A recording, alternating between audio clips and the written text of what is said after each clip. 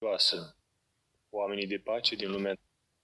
Preocuparea aceasta a științei de a provoca materia lumii la o explozie atomică își are semnificația ei religioasă. Oamenii de pace din lumea întreagă vor să întâmpine o catastrofă a Pământului. Asta e situația. Deci, cei ce sapă cu știința lor criminală groapa oamenilor nu vor cădea și ei întrânsa. Noi trebuie să refuzăm această conștiință de gropare. Conștiința noastră de creștin o refuză. În conștiința noastră de creștin nu vrem să săpăm mormântul nimănui. Noi suntem pe punctul de vedere al lui Dumnezeu, care nu vrea moartea păcătosului, ci îndreptarea lui. Noi, creștinii, propunem lumii întregi pacea lui Hristos, pacea care covârșește toată mintea, pacea împăratului păcii, Hristos. Iar fiindcă lumea nu vrea să fie pe pacea lui Hristos, ci pe pacea ei, de aceea are războaie. Războaiele au zbuciumat totdeauna viața omenească.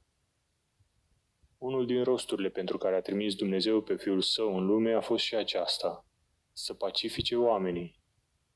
Chiar cântarea îngerilor la nașterea lui Isus avea cuvintele mărire întru cei de sus lui Dumnezeu și pe pământ pace. Din aceste cuvinte e limpede că pacea pe pământ e în funcție de mărirea care îi se dă sau îi se refuză lui Dumnezeu. Dumnezeu a dat multe lucruri oamenilor, dar 3 lucruri nu le-a dat în întregime. Acestea sunt viața, adevărul și pacea.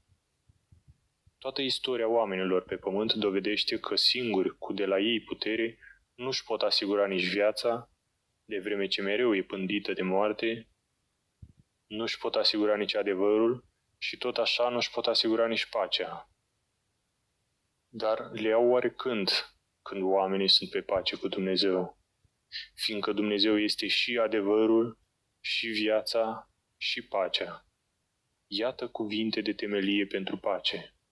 Pe altă temelie decât Hristos, nu rămâne nimic statornic în lume. Rugăm-ne ție, împărate al păcii, să lășlăiește-te în conștiința societății omenești, că nu vedem altă întemeiere a împărăției păcii decât pe tine.